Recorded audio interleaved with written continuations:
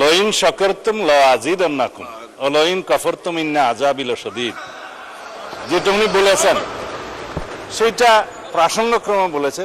আমরা যদি আল্লাহর নিয়ামতের শুকরিয়া আদায় করি, আল্লাহ আমাদেরকে আরো বাড়িয়ে দেয়। ফাইন শাকারতুম লাযিদান্নাকুম ওয়া লাইন কাফারতুম ইন্না আযাবি লাশাদীদ। তারা শুকর করে না কিন্তু অস্বীকার করে, সেই জন্য তাদের উপর লাশাদীদুল আযাব, আযাবের কঠিন আযাব তাদের সম্মুখীন করতে হবে। মাননীয় স্পিকার, কোরআন হাদিসের আয়াত এবং যেই রাসূল ইসলামের বাণীগুলো আছে এগুলো তো আসলে ঠাট্টা বিদ্রুপের বিষয় না।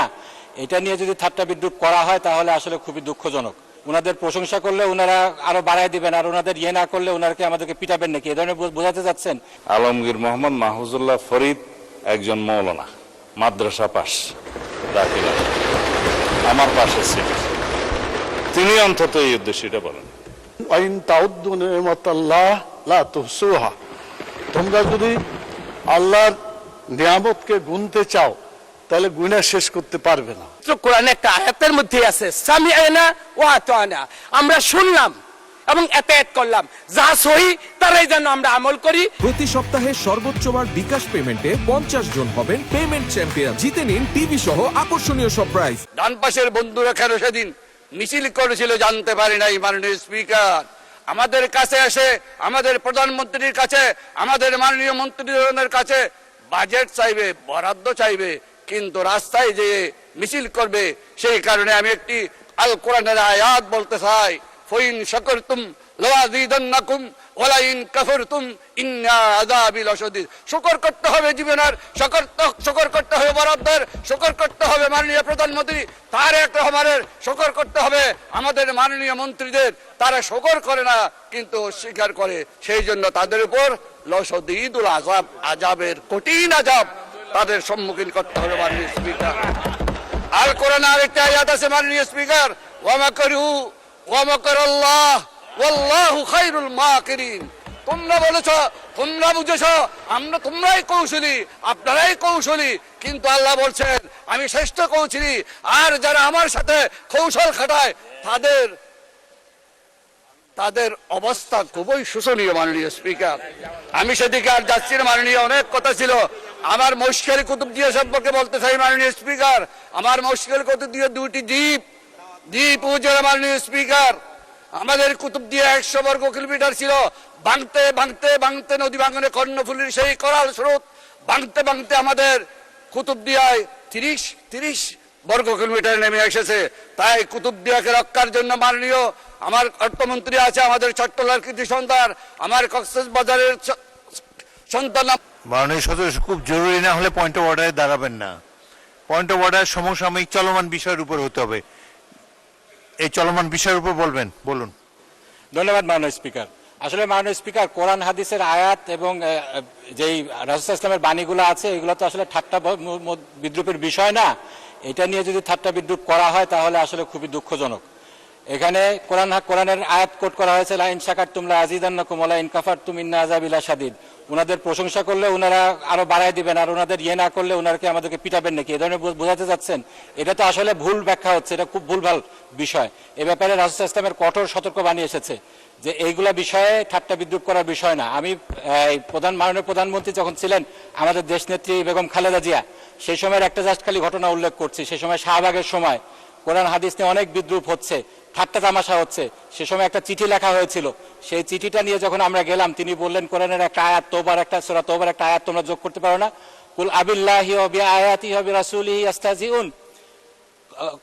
এখানে তোমরা কি আল্লাহর আয়াত, আল্লাহকে নিয়ে, আল্লাহ রাসূলকে নিয়ে, আল্লাহর আয়াত কিনে তোমরা ঠাট্টা মশকরা করছো? তো এটার জন্য যদি তোমরা করো তাহলে তোমাদের অবস্থান হবে জাহান্নামে। এই জিনিসটা আমাদেরকে খুব সতর্কভাবে নিতে হবে। কোরআন হাদিসের ভুল ব্যাখ্যা, কোরআন হাদিসের এরকম অবমাননাকর কিছু বিষয়, এগুলো আমাদেরকে কোনোভাবে করা যাবে না। এটার ব্যাপারে আপনার দৃষ্টি আকর্ষণ করছি মাননীয় স্পিকার। ধন্যবাদ মাননীয় সদস্য। আমার আলমগীর মাহমুদুল্লাহ ফরিদ একজন পুরনো সংসদ সদস্য। আমার মনে হয় না যে কোরআন হাদিস নিয়ে তিনি কোনো ব্যঙ্গাত্মক কমেন্ট করতে পারেন। তারপরেও আমরা পরীক্ষা করে দেখব, যদি কোনো ভুল ধরনের ব্যাখ্যা দেওয়া হয় কোরআন হাদিসের, সেটা এক্সপান্সড হবে। এবং কোরআন হাদিসের ভুল ব্যাখ্যা, বাংলাদেশ একটি মুসলিম প্রধান দেশ, এই দেশে কখনোই গ্রহণযোগ্য হবে না। পরবর্তী সালাউদ্দিন আহমেদ, আপনাকে 1 নম্বর বলেছে, এটা আপত্তি আছে আপনার? বলেন, স্বরাষ্ট্রমন্ত্রীকে মাইক দেন। মানে স্পিকার, আমি বিতর্কে যাব না, কিন্তু একটা ভুল মেসেজ যাবে বিরোধী দলের পক্ষ থেকে যখন একটা অভিযোগ আকারে বা যে কোনো আকারে বলা হোক যে আমাদের একজন মাননীয় সংসদ সদস্য কোরআন আর আয়াতের ভুল ব্যাখ্যা দিয়েছে। আমি প্রথমে বলি, আলমগীর মোহাম্মদ মাহফুজুল্লাহ ফরিদ একজন মৌলানা, মাদ্রাসা পাস, দাখিলা আমার পাশে ছিল, তিনি অন্তত এই উদ্দেশ্যটা বলেন, লইন শাকারতুম লাযিদান্নাকুম ওয়া লইন কাফারতুম ইন্না আযাবি লাশাদীদ। যেটা উনি বলেছেন সেটা প্রাসঙ্গক্রমে বলেছে, আমরা যদি আল্লাহর নিয়ামতের শুকরিয়া আদায় করি, আল্লাহ আমাদেরকে আরো বাড়িয়ে দেয়। যদি শুকরিয়া আদায় না করি, অলইন কাফারতুম ইন্না আযাবি লাশাদীদ, আল্লাহ আযাব বাড়িয়ে দিতে পারেন।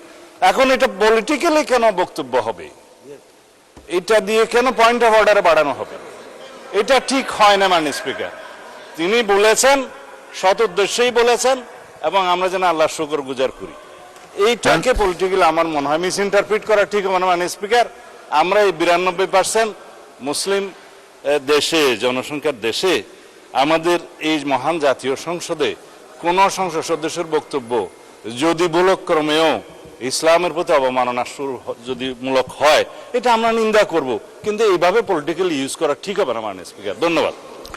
ধন্যবাদ। মাননীয় সদস্যবৃন্দ, আমি তো বললাম যে আলমগীর মোহাম্মদ মাহফুজুল্লাহ ফরিদ তিনি কোনো ব্যঙ্গাত্মক কথা এখানে বলবেন না, তিনি একজন প্রবীণ সংসদ সদস্য। তারপরেও তিনি যে মাদ্রাসার ছাত্র সেটাও বলা হলো। আপনারা নিশ্চয়ই হয়তো ওনাদের চেয়ে বেশি জানেন, অনেক আলেম ওলামা আপনাদের মধ্যে থাকতে পারে, এটা নিয়ে বিতর্ক হোক এটা চাই না। আমরা সবাই মুসলমান, এখানে অধিকাংশই মুসলমান, এই দেশটারও 92% মানুষ মুসলমান। সুতরাং এগুলো নিয়ে সংসদে কোনো রকম বিরূপ আলোচনা হোক, এসব স্পর্শকাতর বিষয়, এটা তো চাই না। ঠিক আছে, সেটা আমি ইতিমধ্যে, মাননীয় সদস্য, আমি বলেছি আমি পরীক্ষা করে দেখব যদি না না মাইক ছাড়া বলবেন না, না না 1 সেকেন্ডও না, এটা স্পর্শকাতর বিষয়। আপনাদের সিনিয়র নেতারা সামনে দাঁড়িয়েছে, সংসদে প্রথম বেঞ্চে যখন সিনিয়র নেতারা দাঁড়ায় পিছন দিকে আপনারা বসে যাবেন। এবং আচ্ছা, মুজিবুর রহমান সাহেব বলেন, কিন্তু কোনো বিতর্ক হয় এমন কোনো কিছু তুলবেন না। এখানে সবাই তো অধিকাংশই মুসলমান, অধিকাংশই ধর্মের প্রতি ধন্যবাদ, শ্রদ্ধা পোষণ করেন। ধন্যবাদ মাননীয় স্পিকার। আমাদের মাননীয় স্বরাষ্ট্রমন্ত্রী যেহেতু দাঁড়িয়েছেন এবং তিনি কথা বলেছেন, তার কথাকে যাতে লাইন মতো হয় সেজন্য তিনি নেওয়ার চেষ্টা করেছেন। এই আয়াতটা যে নাজিল হয়েছে, কেন নাজিল হয়েছে? এই আয়াতটা নাজিল হওয়ার প্রেক্ষাপট হচ্ছে আল্লাহ তাআলা তার অগণিত নিয়ামত এই পৃথিবীতে রেখেছেন। তিনি বলেছেন, আইন তাউদ্দু নিয়ামাতাল্লাহ লা তুহসুহা, তোমরা যদি আল্লাহর নিয়ামতকে গুনতে চাও তাহলে গুণা শেষ করতে পারবে না। যারা আল্লাহর এই দুনিয়ায় আল্লাহর নিয়ামত ভোগ করছে, আমি কথা বলছি, এটা আল্লাহ আমাকে একটা নিয়ামত দিয়েছেন, অতএব আমার মুখ দিয়ে আল্লাহর বিরুদ্ধে কোনো কথা আমি বলতে পারি না। আমাকে যে শক্তি আল্লাহ দিয়েছেন, এই শক্তি দিয়ে আল্লাহর বিধিবিধানের পক্ষে আমাকে কথা বলতে। ধন্যবাদ। মানুষ শেষ করি, 1 মিনিট শেষ হবে। আমাদের মাননীয় স্বরাষ্ট্রমন্ত্রী উনি এটা নিয়ে গেছেন মানে দলীয় একটা, এই যে বাজেট বক্তৃতা, বাজেটটা খুব ভালো হয়েছে, অতএব বিরোধী দলকে বাজেটের প্রশংসা করতে হবে।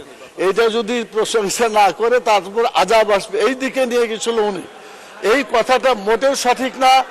আমি বলতে চাই যেটা, ধন্যবাদ, কথা এটাই হয়েছে মাননীয় স্পিকার।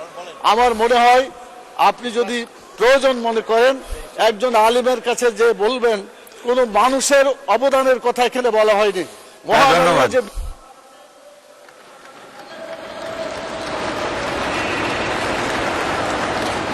ধন্যবাদ। মাননীয় সদস্য বসুন।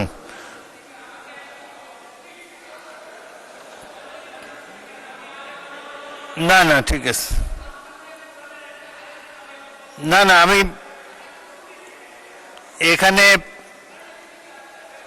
এখানে মাদ্রাসা পড়ার, মাদ্রাসা শিক্ষায় শিক্ষিত আলেম অনেক বেশি আছে এখানে এই দিকের চাইতে, সেটা তো আমরা স্বীকার করে নিয়েছি। তবে আমার এই ট্রেজারি বেঞ্চও 2-1 জন আছে, ওই দিন আপনি বলেছেন ভালো, অলরেডি আপনি কিছু জানেন, এটা তো আমরা ধরে নিলাম।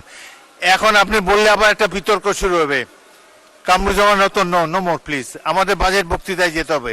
পরে আরেক সময় আরেক দিন বলেন, আপনার এটা জমা রাখেন, পরের দিন আরেক সময়। আচ্ছা বলেন, কিন্তু কোনো বিতর্কের সৃষ্টি করবেন না। ওয়াদা করলাম। আচ্ছা কামরুজ্জামান বলুন। বিসমিল্লাহির রহমানির রহিম। আমি আলেমুল আমাদের মাঝখান দিয়ে যে কথাটা বলবো, যদি ভুল হয় ওনারা শুদ্ধ করে নেবেন। পবিত্র কোরআনে একটা আয়াতের মধ্যে আছে সামিআনা ওয়া আতানা, আমরা শুনলাম এবং এতায়াত করলাম। যা সহি তারাই যেন আমরা আমল করি, এই আমলের মধ্যে দিয়ে আমাদের যেন পরিশুদ্ধতা থাকে। ধন্যবাদ মাননীয় স্পিকার। ধন্যবাদ।